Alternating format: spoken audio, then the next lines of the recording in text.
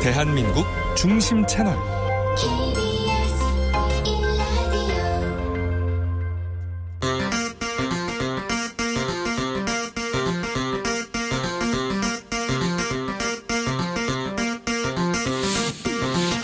주진우 라이브.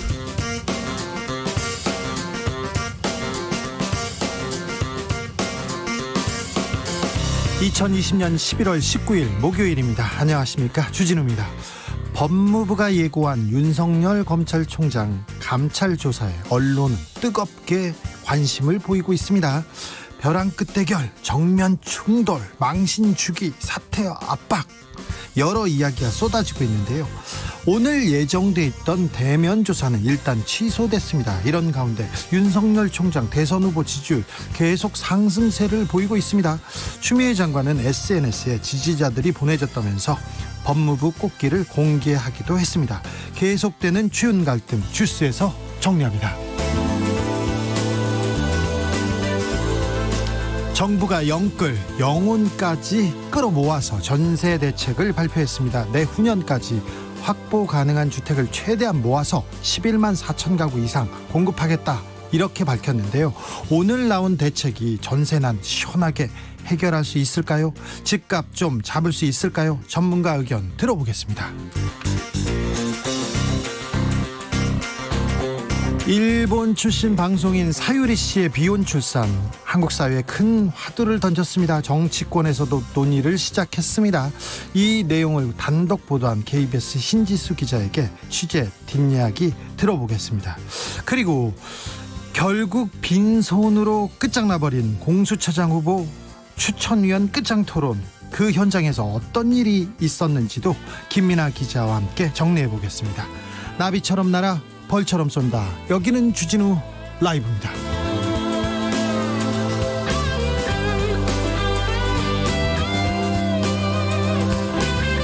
오늘도 자중자애, 겸손하고 진정성 있게 여러분과 함께 하겠습니다. 보아님께서 출근할 때는 여름이었는데 퇴근할 때는 왜 겨울 됐어 하면서 문자를 보내셨는데요.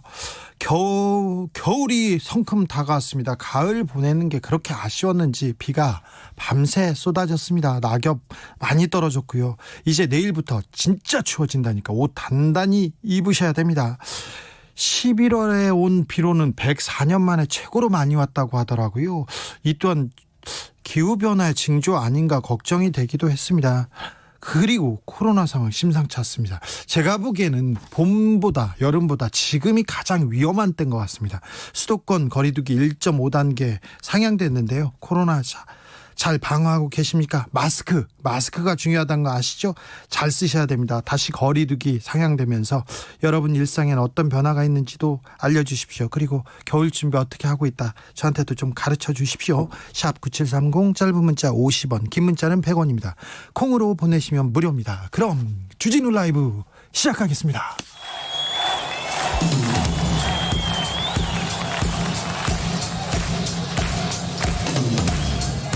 매일 오후 5시 5분 주진우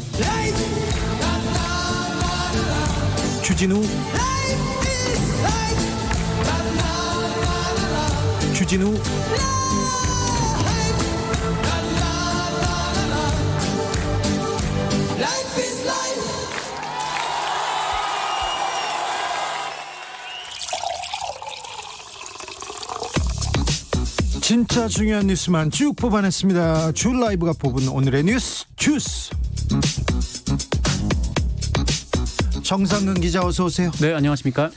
오늘도 코로나 확진자가 300명을 넘었습니다. 네, 오늘 0시 기준 코로나19 신규 확진자 수가 모두 343명입니다. 이틀 연속 300명대고요. 어제보다 더 많습니다. 국내 발생 신규 확진자만 해도 293명으로 300명에 가깝습니다. 서울에서만 107명이 나왔고요. 아이고. 경기도 59명, 경상북도에서 28명이나 나왔고요. 전국적으로 많이 나왔어요. 네, 전남 27명, 강원도 20명입니다. 오늘부터 사회적 거리두기 1.5단계 적용됐는데 이렇게 네. 되면 2단계 얘기가 안 나올 수 없어요. 그렇습니다. 수도권의 경우 일주일 평균 확진자가 100명을 넘으면 1.5단계로 격상이 되고요.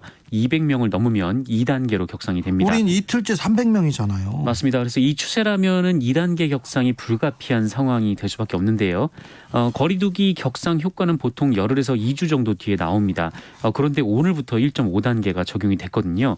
그래서 2주 뒤에 그다음 다시 재조정을 거쳐야 하는데 하지만 당국은 2주가 안 됐더라도 이 상황 변동을 중간에 파악을 해서 거리두기 상향을 조정할 수 있다라고 밝혔습니다. 예.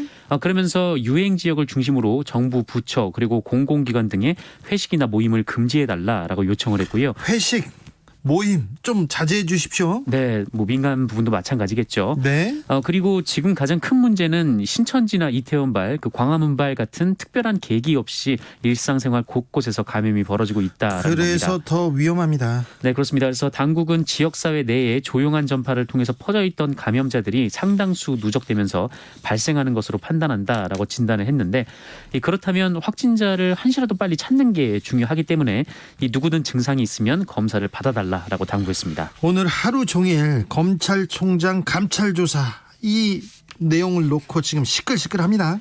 네, 시작은 그제 오후였는데요. 네. 이 법무부 감찰관실 소속 검사 2명이 대검찰청을 찾아서 윤석열 검찰총장 면담을 요청한 사실이 어제 알려졌습니다. 우리 주진우 라이브에서는 그제 얘기했어요. 네네. 그 오늘 오후 2시에 그 윤석열 총장을 대면 조사하겠다라는 감찰 일정을 알리고 또 방문 조사 예정서를 전달하기 위해서였다고 하는데요. 네. 이 법무부가 진행 중인 감찰은 그 윤석열 검찰총장이 서울중앙지검장 시절 중앙지검에 고소고발 사건이 들어온 언론 사주와 회동을 했다라는 의혹과 관련된 것입니다. 이 내용을 감찰하겠다고요? 네, 하지만 이 대검 측이 면담 요청을 거부를 했었습니다. 예. 대신 절차에 따라서 설명을 요구하면 서면으로 답변하겠다라는 입장을 전달했고 가져온 서류도 돌려보냈다라고 합니다. 그런데요.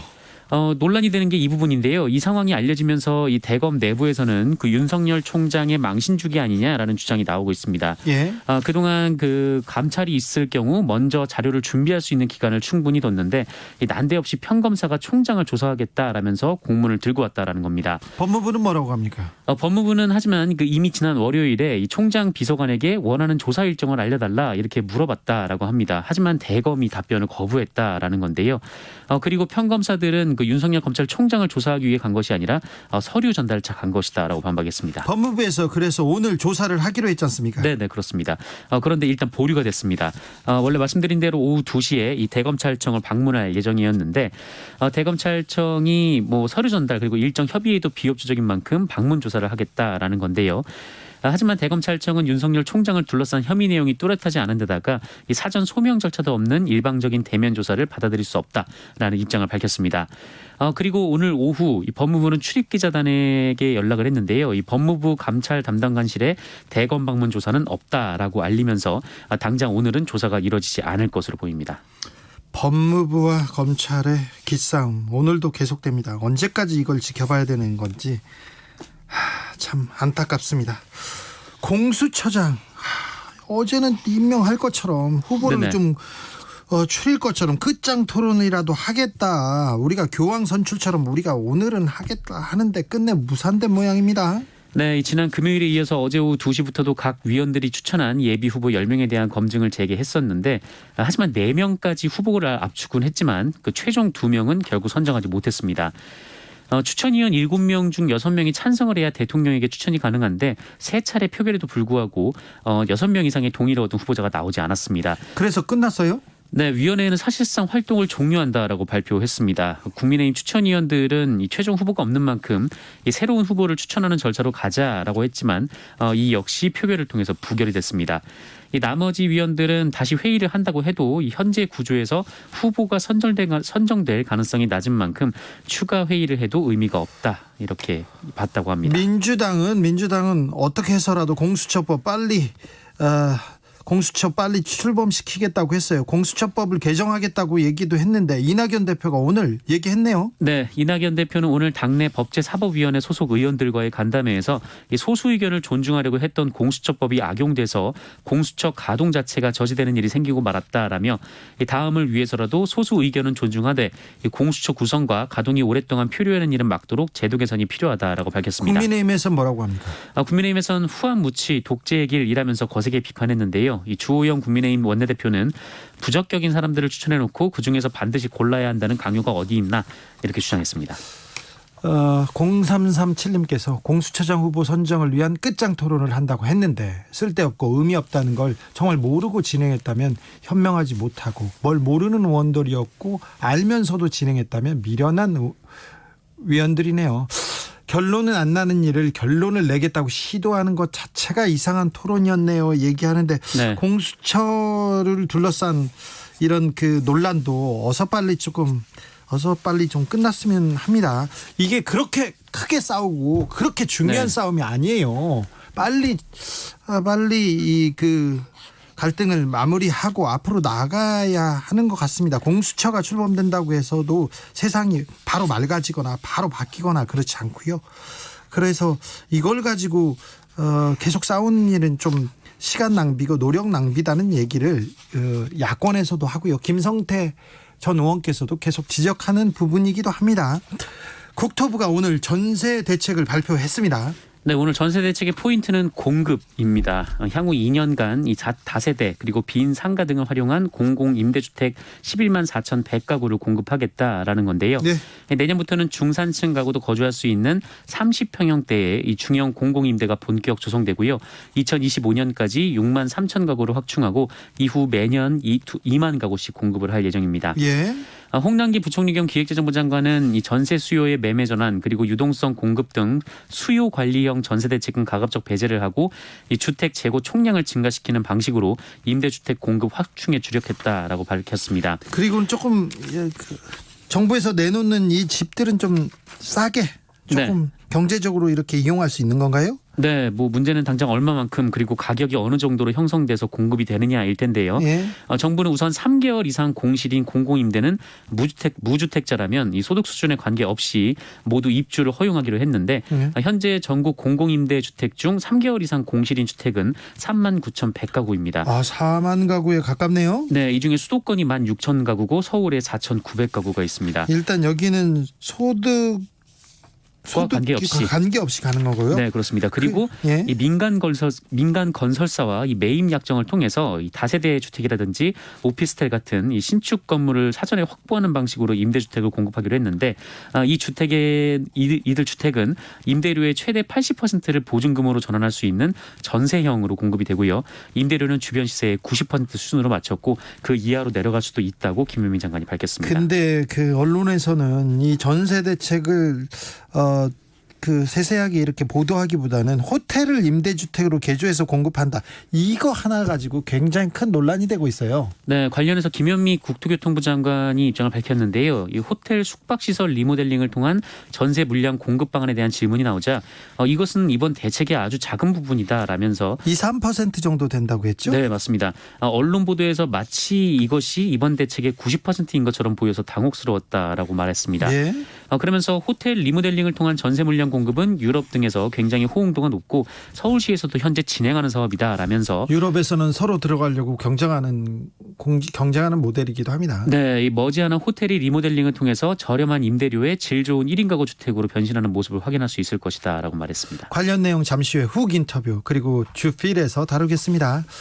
검언 유착 재판 진행 중입니다. 오늘은 이동재 전 채널A 기자의 선배가 증인으로 나왔어요. 네, 증인으로 출석한 사람이 당시 채널A 법조팀장이었던 백모 전 법조팀장입니다. 예.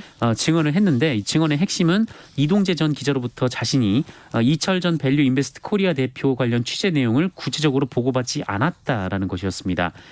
백모 기자는 이동재 전 기자가 취재 시작 경위와 향후 내용에 관해서 구체적으로 보고한 걸로 기억하진 않는다라면서 또 어떤 방법으로 이철 전 대표를 설득할 것이라고 구체적으로 들은 바가 없다라고 주장했습니다. 네. 또 이동재 전 기자가 이철 전 대표에게 편지를 보낸 것 그리고 제보자 X라 불리는 지모 씨를 만난 것은 보고받았지만 구체적인 내용까지는 보고받지 못했다라고 주장했습니다. 그리고 본인이 검언 유착 의혹이 나온 직후에 한동훈 검사장하고 통화를 했는데 한동훈 검사장은 이동재 전 기자에게 내가 수사팀에 얘기해 줄 수도 있다. 나를 팔아라라고 말한 적이 없다고 증언했다고 합니다. 팀장이 팀원이 어떻게 취재를 했는지 들은 게 없다라는 건데 그러면서 다른 사람들 역시 그 이동재 전 기자의 취재에 특별한 관심을 보이거나 통상적 수준을 넘어서 지시한 사람이 없다라고 주장했습니다. 통상적으로 증언을 했군요. 한진가 이명희 씨 관련된 재판도 있었습니다. 오늘 네, 공적 자금을 투입해서 한진일과 조원태 회장의 경영권을 강화하고 아시아나 인수까지 해준 거 아니냐 좀 이런 비판이 일고 있는데 네. 오늘 이 한진가의 고 조양호 전 회장의 부인 이명희 씨 갑질에 대한 항소심이 열렸습니다. 조원태 회장의 어머니입니다. 네, 결과는 역시 집행유예였습니다. 네. 이명희 씨는 2011년 11월부터 2018년 4월까지 운전기사와 경비원 등 9명에게 20여 차례에 걸쳐서 소리를 지르며 욕을 하거나 폭행해서 다치게 한 혐의를 받고 있는데요. 대단했죠. 대단했어요. 네, 그 말이 그냥 소리 지르면서 욕한다라는 거였지. 어휴. 네, 실제로 육성이 공개되고 많은 사람들이 충격에 빠졌었죠. 저는 이분이 소리 지르고 화내는 모습을 네. 모습이 아니라 목소리를 듣기도 했어요. 그래서 너무 놀랐어요. 네, 실제 들었어요. 정말 너무 놀랐는데 네. 항소심은 이명희 씨에게 징역 2년에 집행유예 3년을 선고했습니다. 징역 집행유예입니다. 네, 재벌가는 왜 이렇게 집행유예를 좋아하는지 모르겠습니다. 한진과 논란의 주인공들 최근에 어떻게 지내요? 네, 이른바 물컵각질 사건으로 경영 일선에서 물러났던 조현민 전 대한항공 전무 기억하실 텐데요. 조연아 그 씨의 동생입니다. 네, 그렇습니다. 삼남에서 해서 막내죠. 맞습니다. 세 남매 중에 막내인데 네. 1년 갑질 사건 이후 1년 만인 지난해 6월에 한진그룹 지주사인 한진칼 전무로 경영에 복귀했습니다. 예. 그리고 부동산 투자 등을 담당하는 정석기업의 부사장직도 함께 맡고 있는데 수억 원의 연봉을 받고 있습니다. 예. 그리고 앞서 말씀드린 이명희 전 이루재단 이사장 역시 지난해 7월에 경영에 복귀를 했습니다. 바로 복귀했다면서요? 네, 이 그룹 계열사 정석기업의 고문과 항공운수 사업을 하고 있는 한국공항의 자문 역할을 하고 있고요. 역시 수억 원의 연봉을 받고 있습니다. 조연아 씨는요? 조연아 씨는 아직 복귀했다는 얘기가 없습니다. 지금 그 오빠 동생하고 네 지금 경영권 다툼 중에 있습니다. 지금 그 아버지였죠?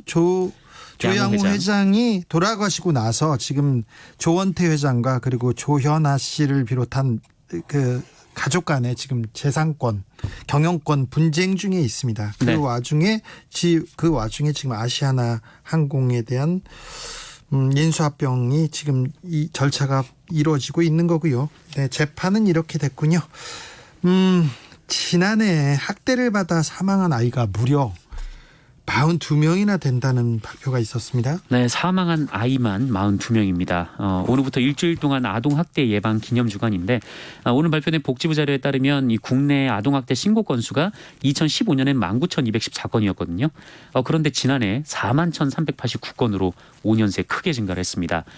통계를 보면 지난 5년간 부모가 아동학대 가해자인 비율이 70% 이상으로 압도적으로 높았고 네. 친인척 그리고 부모의 동거인 등이 뒤를 이었습니다. 부모가 대부분이었어요. 네, 유형별로는 여러 학대가 복합적으로 나타난 경우가 14,400여 건으로 가장 많았고 정서적 학대가 7,600여 건, 신체적 학대가 4,100여 건, 방임이 2,800여 건, 성적 학대가 800여 건으로 나타났습니다.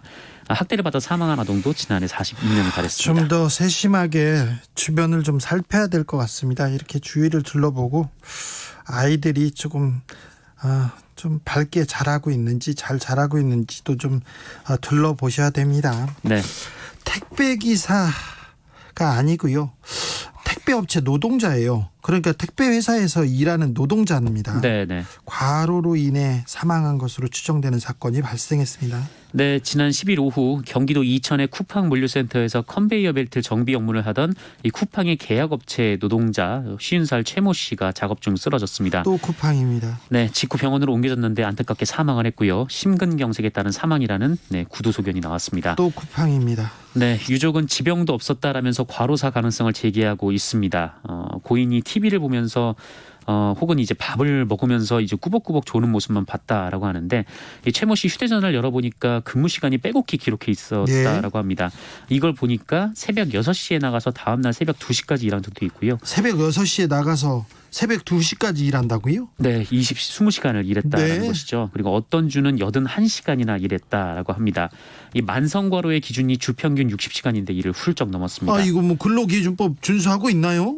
네, 고인은 뭐 쿠팡 소속 노동자가 아닌데 쿠팡 층이 사실상 작업 지시를 한 것으로 보이는 문자 메시지, 카카오톡 메시지가 나왔습니다. 불법 파견 아닌가 이거? 네, 그런 언론의 지적이 나오고 있습니다. 하지만 쿠팡 측은 작업 지시 여부를 부인했고요. 이 고인이 소속된 하청 업체는 확인해 줄 것이 없다라는 입장을 한겨레에 밝혔습니다.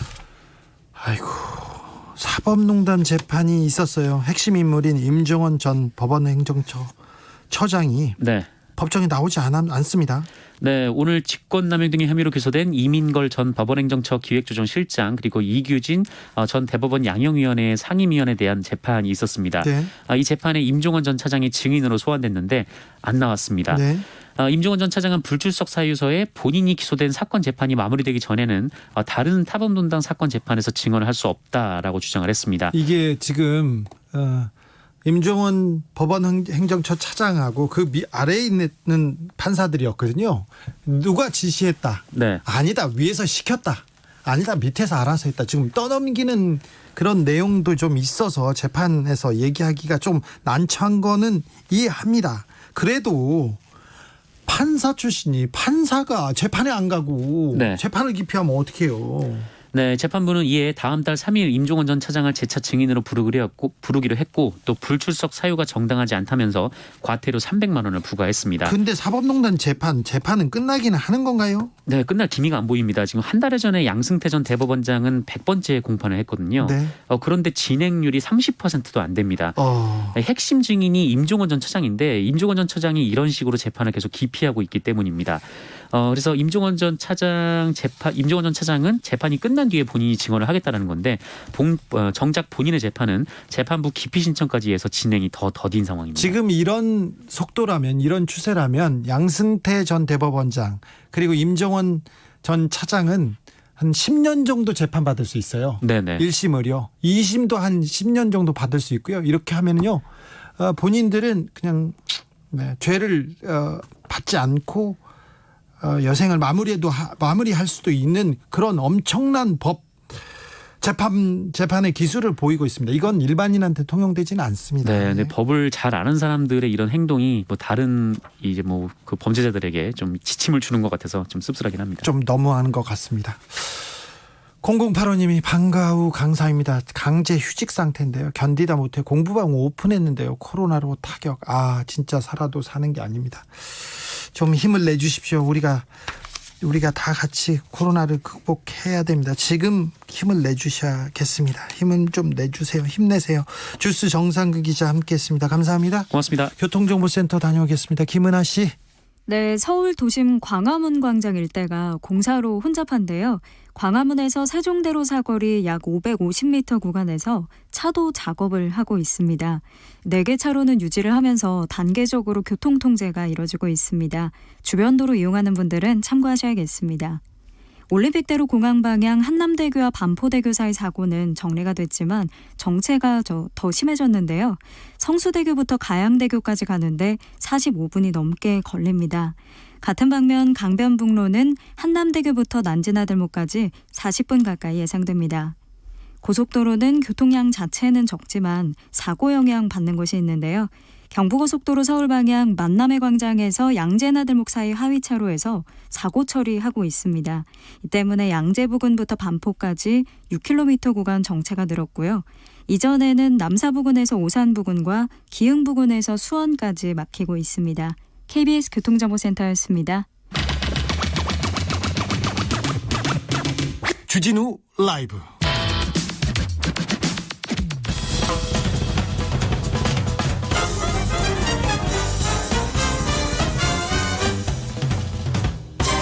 훅 인터뷰.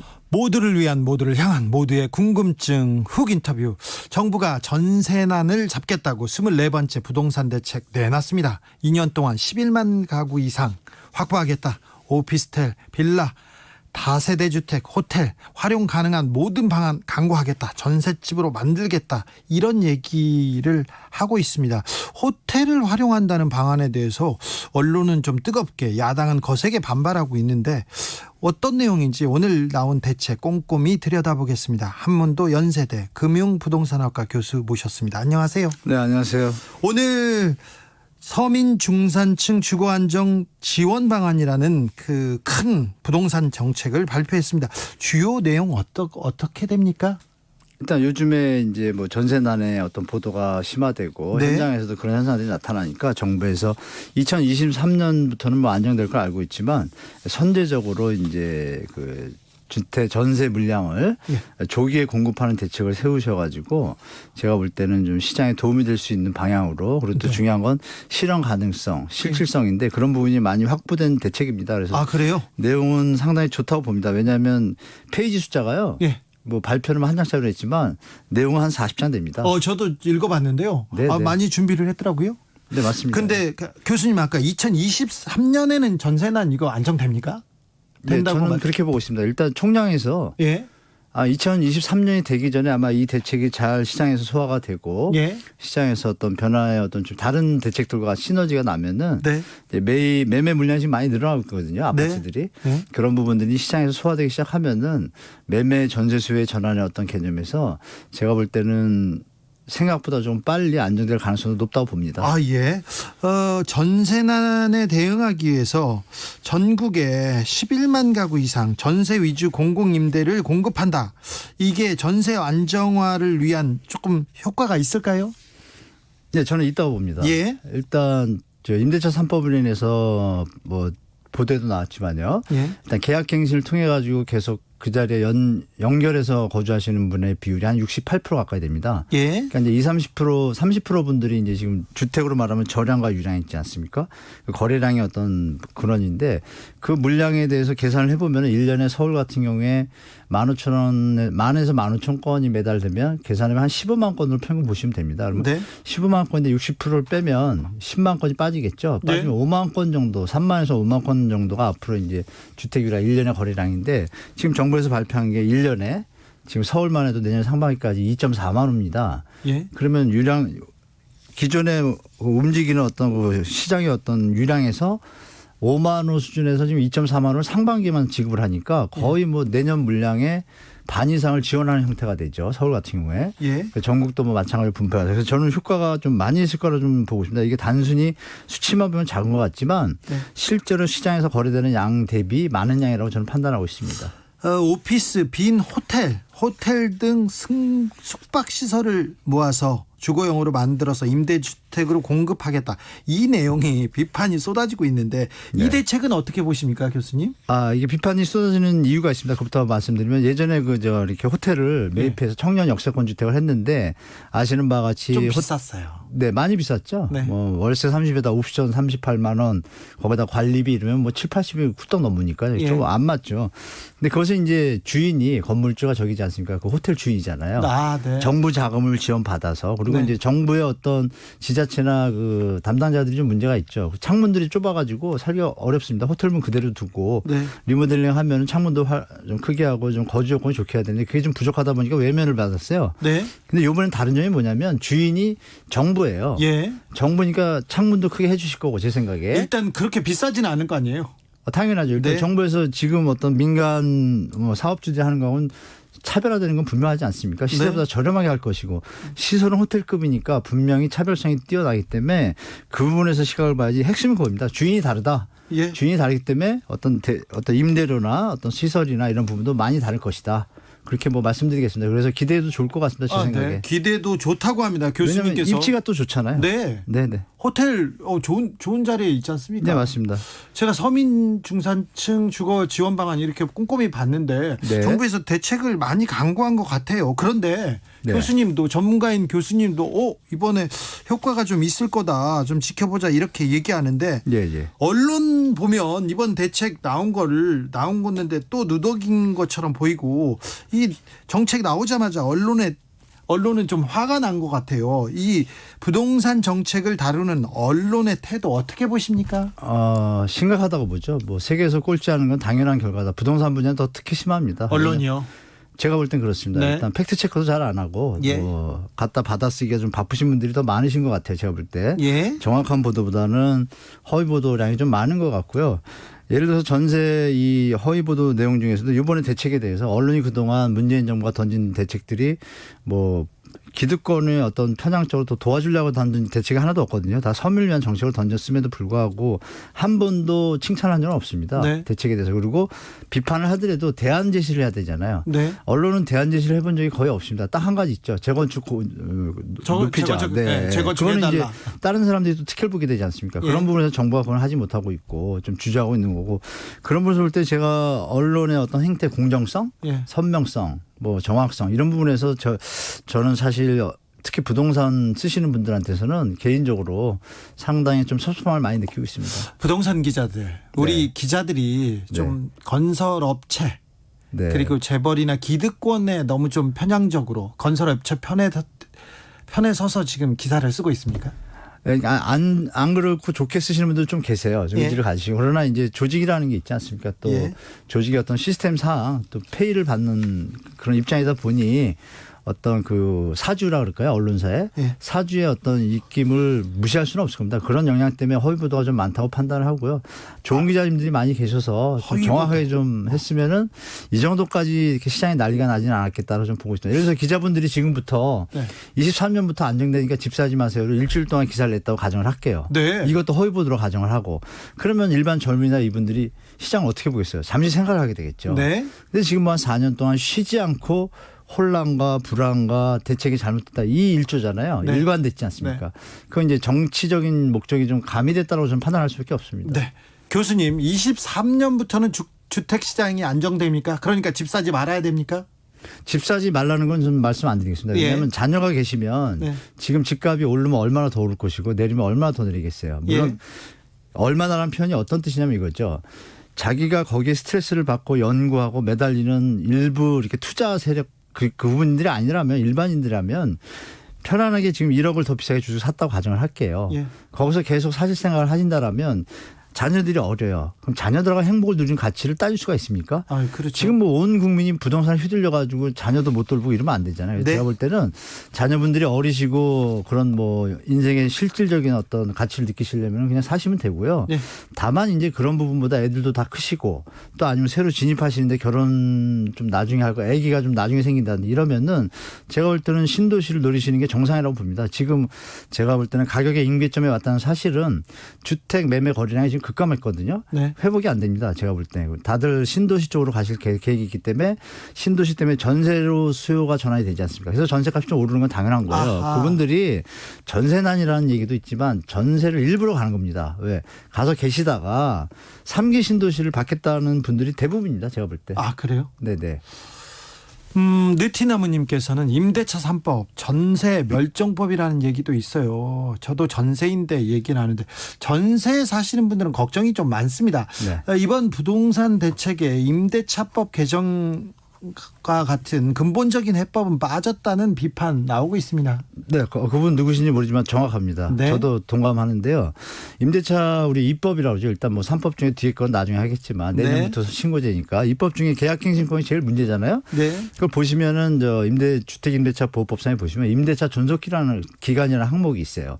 존속기간이 지금 1년에서 2년으로 바뀐 지가 89년도인데 그건 그냥 놔두고 저 뒤에 가가지고 다른 조항에 붙여놨습니다. 무슨 뭐 부록처럼. 예. 이게 잘못된 거죠. 애초에 임대차 존속기간을 4년으로 못을 박았다라면 그리고 예외 조항을 포지티브가 아니라 네거티브의 형태로 어떤 경우에만 예외를 줬더라면 그게 어떤 예외가 지금 문제가 생겨 이런 경우입니다. 아들이 살겠습니다라고 통보를 하면 임차인 입장에서 어떻게 가능합니까? 확인할 그렇죠. 필요 없어요. 예. 근데 아들이 만약 15살이에요. 예. 늦게 딸인데 예. 법적으로 문제는 없잖아요. 이런 일들이 시장에서 비일비재합니다. 아, 그래요? 네네. 그럼 안 그래서 되죠.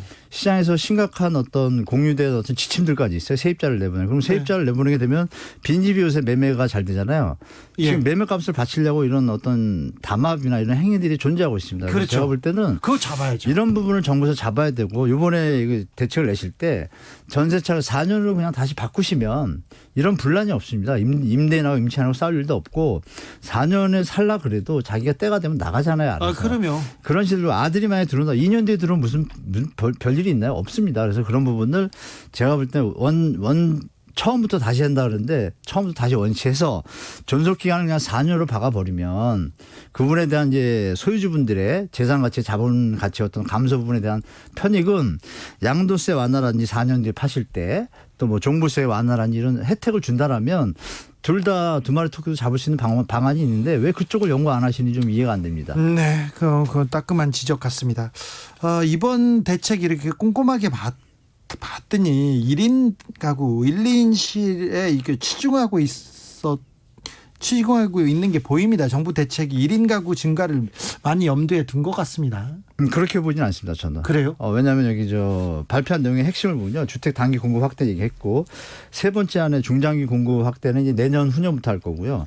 질 좋은 주택이라는 항목이 딱 박혀 있습니다. 그게 뭐냐면 지금 말씀 주신 대로 1, 2인 가구에 치우치다 보니까 실질적인 우리 필요한 2, 3인 가구 아파트를 원하는 2세대들이 수용할 수 있는 거랑 미스매치가 나지 않습니까? 그래서 중산층도 살고 싶은 질 좋은 주택 네, 맞습니다. 공급하겠다. 그게 이렇게. 박혀 있습니다. 그래서 제가 볼 때 호텔 같은 경우도 정부가 조금만 애를 쓰셔서 재원을 투입하면 호텔 보통 건물은 내력벽이라는 게 있고 가벽이 있지 않습니까? 예. 호텔은 이제 가벽의 형태가 사이사이에 많습니다. 그러면 완룸실을 트면 투룸이 되고 세 개를 트면 쓰리룸이 돼서 25평짜리가 나올 수가 있어요. 예.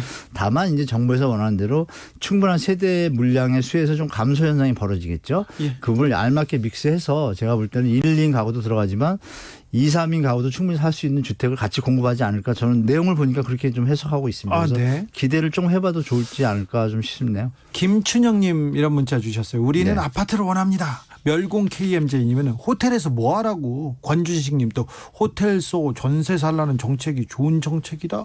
모르겠어요. 이런 댓글 많습니다. 다시 한번 좀 설명해 호텔이 주세요. 아닌데요. 호텔을 완전히 리모델링을 싹 해서 네. 개별 난방 그 부분도 아마 정부에서 이번에 하기를 저는 개인적으로 바라는데 네.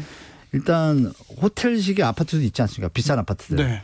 그거하고 이제 비슷하게 가려는 것 같아요. 제 생각인데. 그렇죠. 그러면 이제 바닥 난방도 들어가고 창문도 샤시를 크게 넓히고 아파트 형태로 하고 다만 호텔은 객실이 마주하다 보니까 통풍의 개념이 약간 약해요. 그럼 환기시설을 좀 추가해 주고 그런 부분들을 갖다가 좀 믹스해 가지고 다 같이 넣는다라면 기존의 뭐 역세권 청년주택 호텔로 해서 미스 실패한 작품 이런 거와는 좀 차별화된 작품이 나오지 않을까.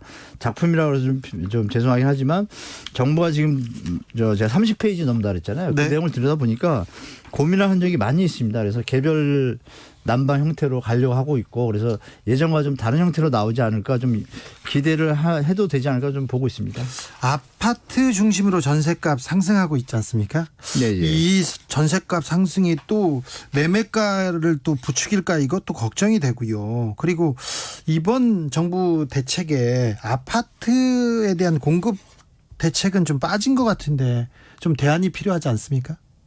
대안은 이제 재건축 재개발 공공 재개발 지금 던졌잖아요. 네. 그래서 이제 12월 말이면 현장들 중에 일단 미스매치는 어쩔 수 없습니다. 예. 갑자기 집을 세울 수는 없지 않습니까? 네. 그건 감사하고 어떤 1, 2년 정도 감사할 생각하고 2년 정도를 계산하시면 공공 재개발 재건축과 그리고 정부에서 추진하는 그 신도시 정책에서 사전 분양 이런 것들이 이제 투입되게 되면 일단 심리적 안정이 좀 시장에 신호를 주게 되거든요.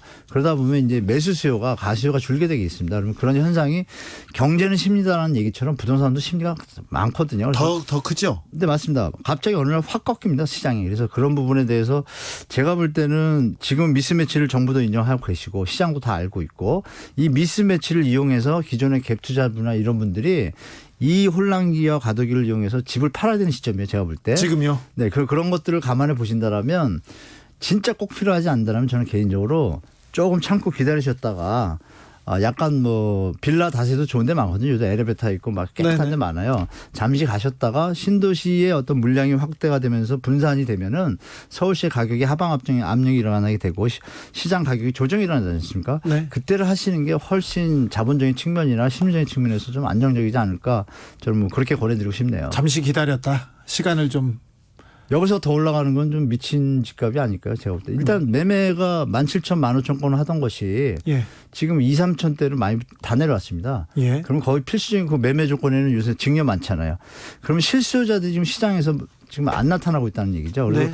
요즘 뭐 몇천 건 자체도 아시겠지만 일부 이렇게 말씀드려도 되는지 모르지만 우리 업종 중에 뭐 경찰분이라든지 공무원 쪽 또 은행 쪽 이런 쪽 있는 분들은 집을 그동안 미루셨다가 자꾸 집값이 이러고 머리 아프니까 그쪽 분들은 그 회사나 조합에서 그 매매 자금 대출이 저리로 나옵니다. 한 1% 수준으로. 네. 그분들이 이번에 이제 시장에 다 많이 들어왔어요. 예. 근데 그분들 마치고 나면 요새 뭐 아시겠지만 40대, 30대 영끌 하다가 30대, 20대 영끌까지 나왔잖아요. 네. 자, 그럼 다음은 뭐 20대, 10대 영끌이 될까요? 아이고 그럴 거의 일 끝에 없죠. 왔다는 네. 느낌이 좀 드실 겁니다. 그래서 제가 볼 때는 더 좀 폭등하기에는 앞으로 물량이 이 부분을 좀 말씀드리겠네요. 노태우 정부 때 우리가 200만 원 공급돼요. 지방이 120만 원이고 서울 수도권이 80만 원 공급이 된 겁니다. 1기 신도시가. 네. 그때 매년 인구가 서울 수도권에 50에서 70만이 늘 때예요. 네. 매년 인구 네. 증가가요. 네. 그럼 10년이면은 뭐 거의 400만, 500만 늘지 않습니까? 지금은 그렇지 않잖아요. 지금 인구가 좀 멈췄잖아요. 네. 근데 그 와중에 지금 127만 원 계획을 세웠고 100만 원은 픽스고 27만 원은 공공재개발과 공공재건축이에요. 유동성은 좀 있죠. 그럼 100만 원은 확정적이잖아요. 네. 7년 동안. 네. 그럼 시장이 보이지 않습니까? 그 부분을 좀 체크하셔가지고 우리 시청자분들이 시장에 대응하시는 게 좀 도움이 되지 않을까 싶네요. 제 생각에. 한지윤님께서는 임대주택이 안 좋다는 의미부터 이런 이미지부터 없애야 됩니다. 이런 얘기하셨고요. 좋은 지적인 것 같습니다. 이종철님은 전세 사는 사람은 계속 전세 살라는 정부 지침 매목 가격은 어쩔 거예요 얘기했습니다. 김대수님 호텔을 거주용으로 바꾸는 것에 대해서 국민이 알지 못하다 보니까 거부감을 느끼는 것 같은데 막상 해놓고 보면 경쟁률이 높을 수도 저도 비슷하게 생각합니다. 교수님 이번이 네네. 정부의 24번째 부동산 대책입니다. 그동안 네. 부동산 정책이 제대로 효과를 봤다고 보기에는 좀 어렵습니다. 그래서 네, 맞습니다. 이번 대책도 회의적으로 보시는 국민들 많습니다. 전반적으로 문재인 정부의 부동산 대책 어떻게 보십니까? 평가를 좀 해주십시오. 네, 취임 초반부터 시장에다 신호를 많이 줬습니다. 네. 정부가 원했던 건 시장 자정작용을 원해서 뭐 많이 들으신 핀셋 정책. 네. 근데 이제 이게 풍선 효과로 인해 가지고 잘못된 결과가 나온 겁니다. 잘못됐죠, 그거는. 정책을 선하게 했지만 결과가 안 좋기 때문에 이것은 뭐 정부에서 인정을 해야 됩니다. 네. 근데 그 원인이 경제 성장률 2.0이라는 수치에 우리 경제부 쪽 경제 관료들이 문재인 2019년이죠. 그때 2.0입니다. 경제 성장 달성이. 네. 그 수치를 맞추고 싶어 가지고 제가 보지는 않았지만 네. 경제 성장률을 유지해야 좀 모양이 난다라는 이런 잘못된 어떤 의식을 가지고 재경부 그쪽에 관료들은 치우다 계속 그 보니까 얘기합니다. 지금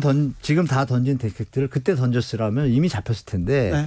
이제 차근차근히 시장 자정작용을 기대했지만 아시는 바와 같이 많은 허위 보도와 시장의 어떤 투자 세력의 흔들림에 대해서 이제 어떻게 보면은 선하게 결과를 못 낸 거죠. 그래서 다행인 것은 그나마 이래라도 이제 정리가 됐고 공급 계획까지 더 완료가 됐기 때문에 이제 이 미스매치인 2, 3년 기간에 그 기간만 넘어간다면 제가 볼 때는 시장은 당연히 상승 요인이 거의 없기 때문에 하방 압력으로 인해서 좀 안정화되는 시기가 좀 점점 좀 다가오고 있다라고 저는 보고 있습니다. 네. 지금까지 한문도 교수님이었습니다. 감사합니다. 네, 감사합니다.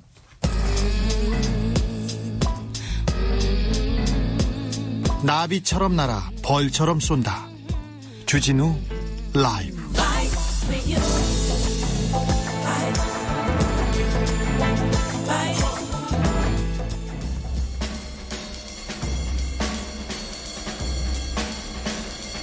느낌 가는 대로 그냥 고른 뉴스 여의도 주필. 민간인 불법 감청 전 기무사 간부 2심에서 선고유예. 연합뉴스 기사입니다. 고 유병원 전 세무그룹 회장을 검거하기 위해서 군에서요, 국군 기무사령부에서 민간인을 불법 감청했습니다. 그래가지고 걸려가지고 재판을 받았는데 1심에서는 징역 1년에 집행유예 2년이었어요. 근데 2심에서 선고유예를 확정했습니다. 선고유예는 죄는 있으나 너무 가벼워서 죄를 묻지 않는다. 사실상 그냥 무죄입니다. 무죄. 성수재, 양진수, 배정현 부장판사인데요. 기무사는 나라를 지켜야 되는 가장 중요한 정보를 얻는 데입니다. 그런데 민간인을 사찰하고 감청했습니다. 1심에서는요, 이분께서 기우진 전 기무사 준장이신데 기우진 준장이 공모 사실을 인정할 수 없다고 다 부인했어요. 그러니까 집행유예를 선고했는데 2심에서는 기우진 준장께서 모든 혐의를 인정하고 반성했다. 그러면서 반성했으니까 선고유예를 한다고 이렇게 해줬어요. 항소심 재판부에서 감청에 관한 이들 중에 최고 피고인이 가담 정도가 가장 무겁다고 볼 수 없다 이렇게 얘기했습니다. 성수재, 양진수, 배정현 부장판사님이신데요. 근데 나라 지키는 군인이 정치에 개입했습니다. 민간인을 사찰하고 감찰했어요. 근데 이게 무겁지 않다고요? 죄를 인정했으니까 죄를 묻지 않겠다고요? 그럼 누가 책임져요? 군인이 민간인을 쫓아다닌다니까. 군인이 정치에 개입하고 이보다 더 큰 죄가 어디 있어요? 그런데 가담 정도가 무겁다고 볼 수 없다고요? 군인이 이렇게 민간인을 감청해도 되는 건가요? 그럼 조금 무섭습니다. 이런 판결을 보면. 판사님 무서워요. 저만 무서운 건가요? 호거 소리 듣기 싫어요. 호텔 전월세 대책, 호텔 거지 조롱도. 아시아경제 기사인데요. 아까 부동산 대책 얘기 나왔지 않습니까? 전세 대책. 그래서 호텔을 이제 그 전셋집으로 임대주택으로 바꾼다고 하니까 호거 아니냐는 얘기를 지금 언론에서 쏟아내고 있습니다. 호거는 호텔 거지를 뜻하는 일종의 신조어래요. 그러면서 모텔에서 살고 싶냐 조롱도 있다면서 계속 비판합니다. 뭐라고 하냐면은 비록 세입자 입장이지만 출퇴근이 가깝고 사회 인프라 시설이 확충된 곳을 선호할 텐데 정부가 내놓는 호텔 전월세 상권은 그럴 수 없다는 지적이다. 호텔이 굉장히 좋은 위치에 있는데 왜 이런 얘기를 하시는지 조금 이해가 안 됩니다. 조금 더 읽어볼까요? 서울에서 전세를 살고 있다는 40대 직장인 김모 씨는 평수가 줄어들고 결국 비좁은 공간에서 가족들과 지낸다는 건데 누가 들어오겠냐. 휴거라는 말이 있다고 하죠. 임대 아파트에 사는 사람들을 비하하는 말에 이어서 호거라는 말까지 나왔다면서 호텔 거지 놀림 받고 싶지 않다 이렇게 토로했다고 합니다. 20대 대학생 이모 씨도 호텔에서 살고 싶지 않다 이렇게 얘기했다는데 정부 대책이 나오기도 전에 호텔을 주거 환경으로 바꾸겠다는 말만 나오자마자 언론에서 지금 그 비판 여론을 쏟아냅니다. 아까 그 교수님께서 이건 허위 보도다 이렇게 얘기하시는 분도 있는데 혹시 기자님들 호텔 이쪽에서 살고 싶은데 못 들어가게 하고 본인들만 이렇게 들어가시려고 생각하시는 건 아니겠죠? 그렇지는 않을 겁니다. 네, 않을 거예요. 특급 쇼맨십 기자회견장에서 날생선 뜯어먹은 스리랑카 정치인. 연합뉴스 기사입니다. 스리랑카 한 수산시장에서 코로나 집단 감염이 있었대요. 그래서 확진자가 급증하니까 수산시장 폐쇄하고 시장에는 팔리지 않은 생선 수만 톤이 방치됐답니다.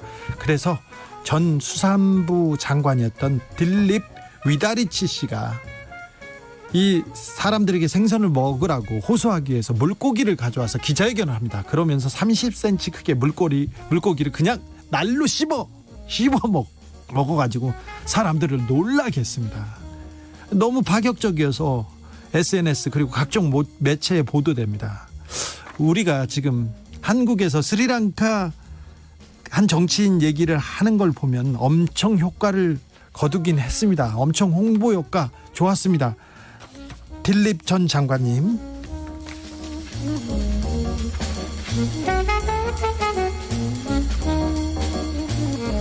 짝찾아 3,000km 헤맨 수컷 호랑이 결국 성공했을까? 서울신문 기사입니다. 호랑이 이름이요, 생후 3년 반의 수컷 호랑이입니다. 인도 호랑이인데 호랑이 이름은 워커입니다. 워커가 9달 동안 3,000km 이상을 이동했습니다. 여행했습니다. 근데 그 전문가들이 찾아봤는데 이게 먹잇감 문제도 없고 영역 문제도 아니었대요. 왜 그랬을까 결국 결론을 냈는데 짝을 찾아서 장거리 이동을 했다고 합니다. 이거 말고는 달리 설명할 방법이 없대요. 수컷 호랑이 워커가 3,000km를 짝을 찾기 위해서 이렇게 여행을 했는데 BBC에서 이렇게 보도했어요. 전 세계 호랑이들을 다 비교할 수는 없지만 인도 내에서는 확인해보니까 호랑이가 가장 많은 긴 이동 거리를 보여줬대요. 기록이랍니다. 기록. 그런데 어떻게 됐을까요? 안타깝게도 5,000km를 걸었지만 이 호랑이는 목적을 이루지 못했다고 합니다. 짝을 못 만났대요. 아니, 전문가들이 그러면서 정확한 이유를 파악하지 못했다고 얘기합니다. 저는 속상하네. 전문가라면서요. 뭐 하세요? 3,000km 짝을 찾아다니는데 찾아줘야죠. 파악해줘야죠.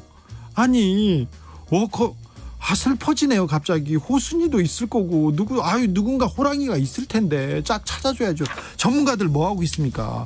우리나라도 그렇고 인도도 그렇고 전문가들의 지금 역할이 조금 잘 수행되지 않은 거 아닌가. 저는 참 속상했습니다.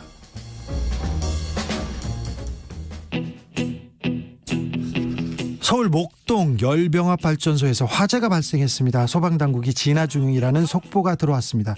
그 주변을 지나는 분들 각별히 좀 주의해 주십시오. 자세한 소식 들어오는 대로 속보 이어가겠습니다. 프로클레이머스의 I'm gonna be 들으면서 저는 잠시 후에 6시에 돌아오겠습니다. Well, I know I'm gonna be the man who gets drunk next to you. And if I heaver, yeah, I know I'm gonna be the man who's heavering to you.